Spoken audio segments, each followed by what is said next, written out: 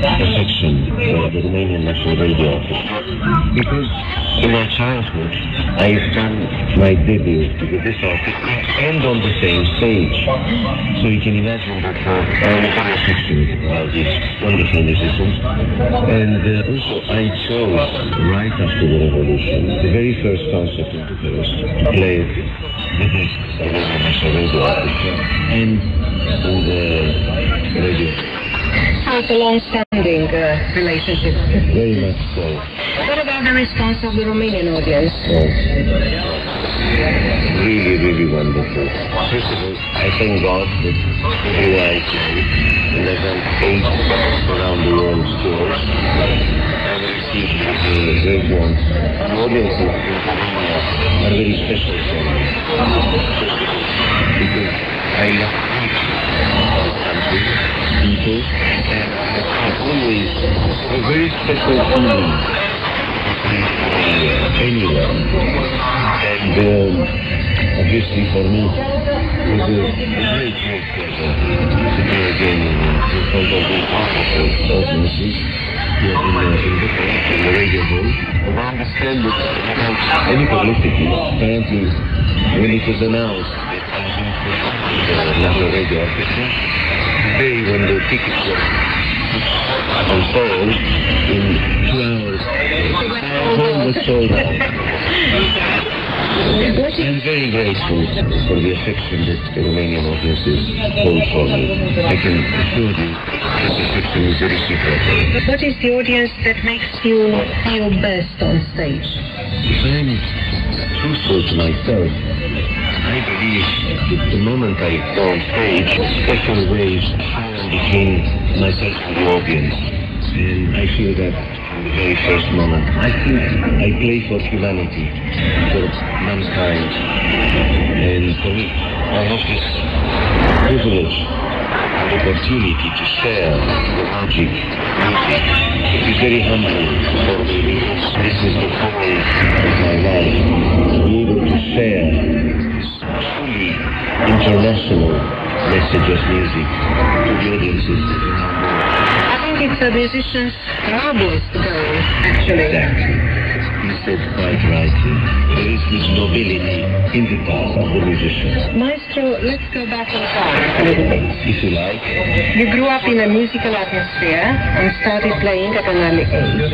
How did you know that the violin of all instruments was the instrument for you? Was it an inborn bent, or did your parents or rather your father talk you into playing the violin? My father was a university professor of philosophy and economy. Now, his great passion was the violin. Again, from a very early age. He was born in a small village just under the Carpathian Mountains, and, in a countryside family, not very wealthy, and there were all these marvelous musical events in the village when there were weddings, when there were things related to church. So there was music very often. Now my father, apparently, from about 4 or 5 years old, very early on, he used to just always mingle with the musicians. And he was fascinated about the violin. He started by himself just watching these violinists. And the Romanian folklore violinists, they're marvelous violinists, even though they're self-taught. Yeah. And also there is another thing that goes from generation to generation, this musicality and instrumental playing. That's a legacy. Legacy, exactly. That's the word. Wonderful. So, my dad started, I do vaguely remember, when he was practicing at home, when he was playing for himself at home, and I was about 3. We put him on a chair, and I was just watching him play. And enjoying really a lot, as I remember. I was paying so much attention and enjoying his music. But probably at about 4.5 years old, one day, day, I asked him to give me the violin to play. I was so attentive of his producing the sound. Then even the very first thing that when I picked up the violin, I had the correct position and I was making sounds. And you know, very nice ones. So then he told me, that I remember, you will play the violin. And then they got me a small violin. So for the very first time when we started exercises and everything, my father was so astonished when he saw that I had a special aptitude, You special had an inborn gift an inborn gift. for playing the violin. You know, my stupid guitar like this. He said, you will be a violinist.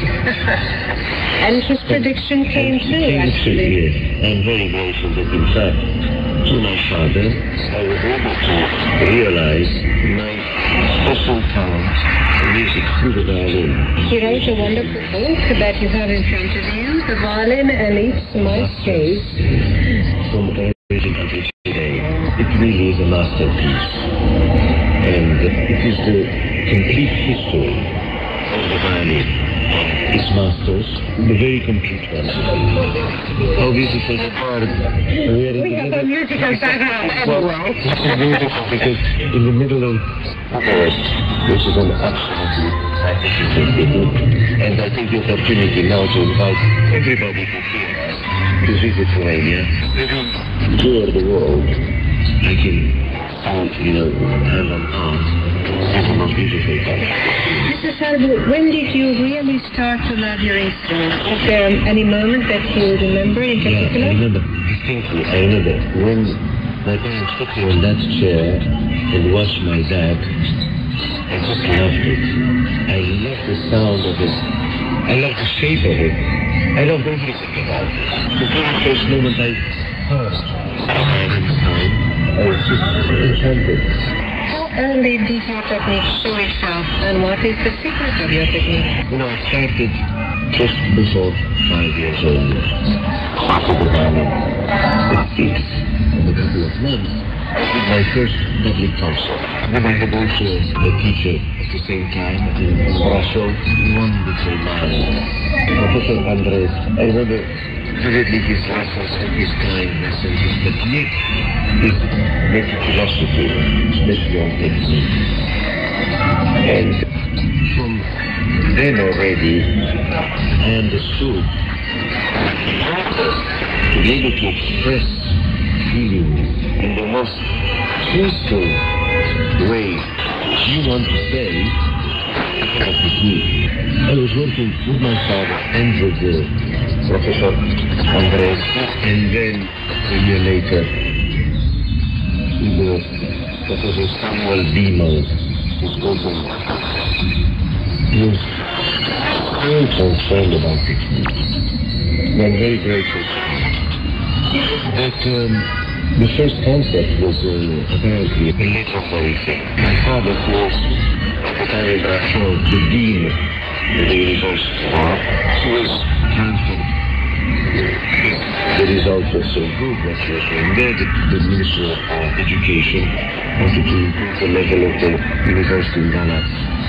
It's another city in Romania which is on the Danube, a beautiful city.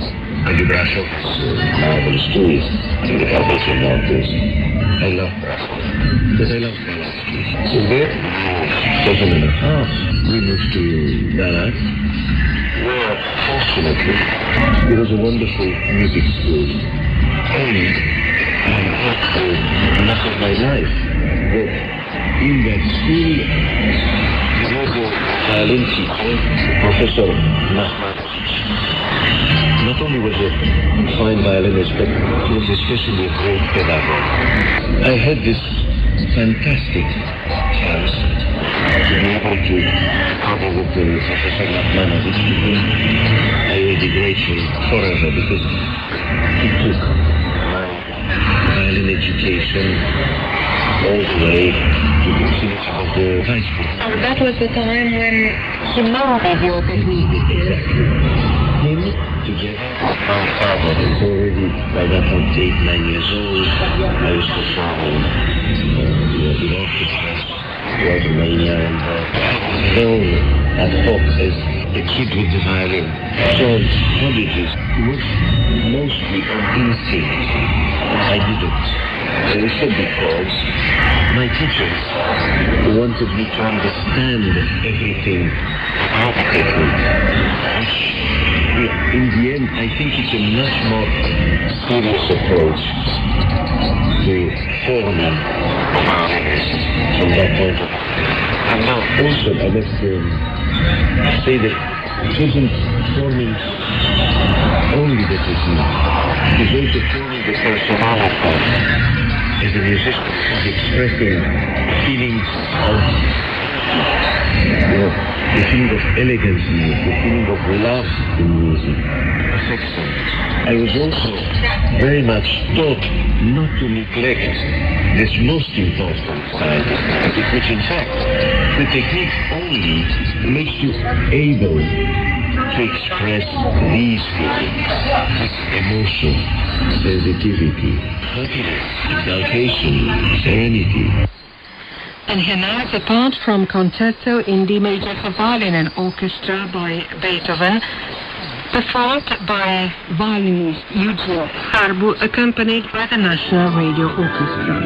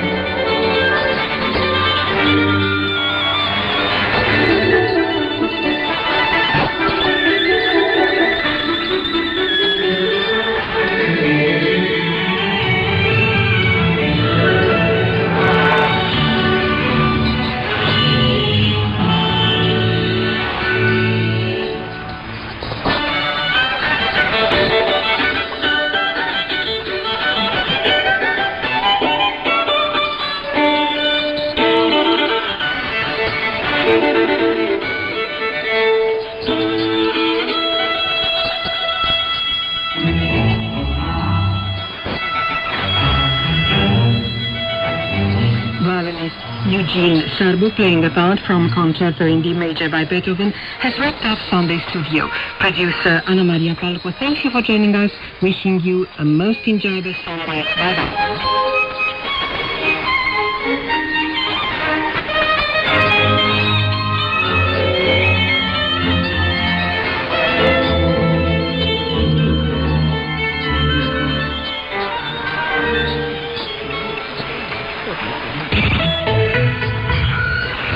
You are listening to Radio Romania International.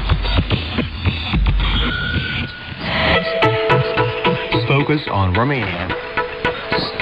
Hi, I'm Anna Maria Popescu, and you are now listening to Music Time, a program that brings you new music at the English service of Radio Romania International.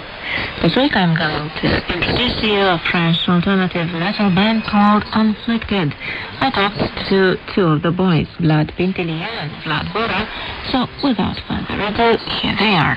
So you're a fairly new band.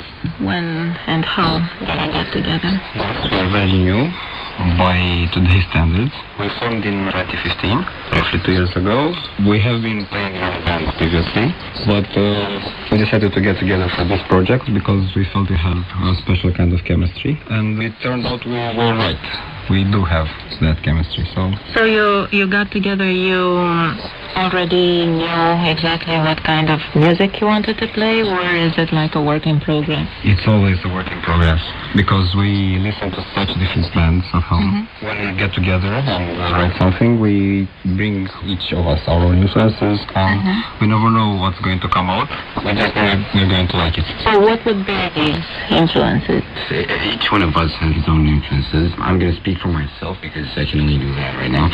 I've been listening to all kinds of music, from rock to rock and roll to hip-hop to classical music, pop. And when I was a kid, I used to love Michael Jackson. I remember I did a dance at the kindergarten.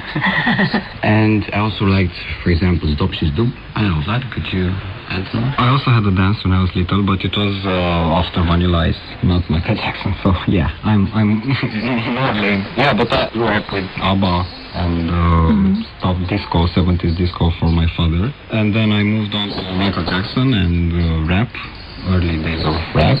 And then I made a sudden U-turn and went for rock, alternative rock, Nirvana, Pearl Jam, and then moved on to something more recent like new metal, hardcore maybe, stoner. I listen to stoner a lot, progressive. It's ever changing. I must confess that listening to your music, the name Michael Jackson is the last one that comes. Yes, it was a long time ago. Hopefully we got rid of him. Yeah, I think again for Michael Jackson, more like the messages. I was a fan of his messages and what he was saying in his music. I remember I did read lyrics online and I was really interested in what he wanted to tell the world, and that's what I wanted to also do when I would grow up. Have a really, really nice message that would bring people together and somehow make them stop fighting. Do you have formal education in music? No, none of us have any. We picked up bits and pieces from various musicians we came in contact with, and we stole their stuff, but no formal training. Actually, we do have some IT training, and that trains you to do anything, or to know that you can do anything, and so on. That's right, yeah, that's true. So you got together, you more or less decided what way you would like to go, and you have come up with the name. The word Unflicted, to my knowledge, does not exist in the English language. Yes, not just by design. As I said, we all played in other bands before, and one of the main problems was how to find your band online, because usually you find a name and some other band in Australia found it also, and it's very confusing. So we tried really hard to invent a name so that it's only us that use it, and also a name that means something. And this word Unflicted is a little difficult to explain. You know there's afflicted and inflicted, which are both negative words. It means giving pain or receiving pain. But if you negate them, put an R before them, you have a very positive message. Or joy, and energy, and partying maybe. So this is the name. You are one of the very few people we explain the name to. We like to keep it on the down low. But if you told me, it's half the world already knows. Well, what do you know?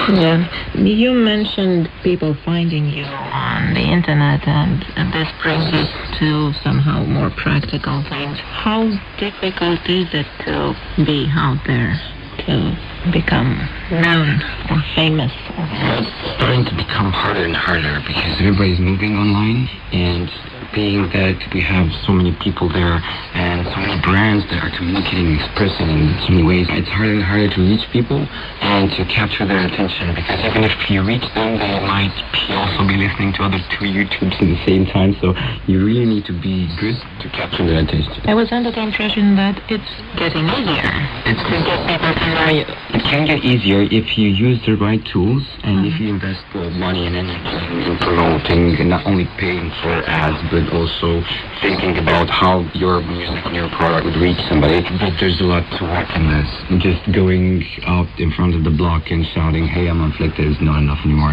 Tell me about this new single, this new release of yours. So this is our first single in Romanian. How does it feel to sing in Romanian? It's very different. different.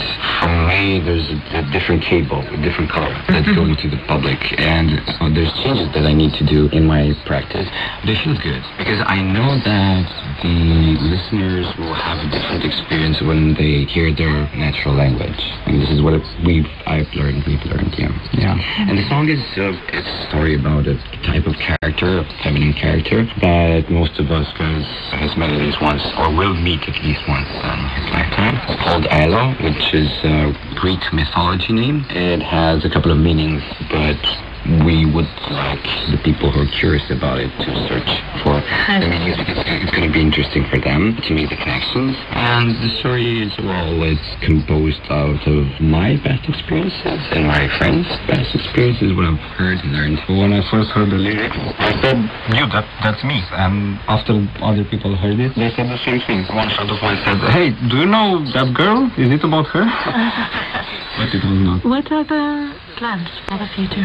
For now, we are really focused on composing and writing songs and creating video clips. And Vlad is a genius. But thank you. He has created all our clips until now. We're going to have a concert on the 27th of August in Chepstow, Romania, in the north of Romania, at the Bukovina Rock Cafe. We're going to have another concert, I think at Bikefest in Bucharest at the beginning of the September. And we've prepared a couple of songs. I mean, we should have material for an album right now, but we haven't actually talked about this. We're really focused right now on composing and giving it our best, because this summer we were a bit free, didn't have too many concerts, so we had time to go and record songs and write songs. And that wraps up Music Time today. Don't forget to tune in again next weekend for more Romanian music. I'm Ana Maria Popescu, and I leave you with Unflicted and I Love.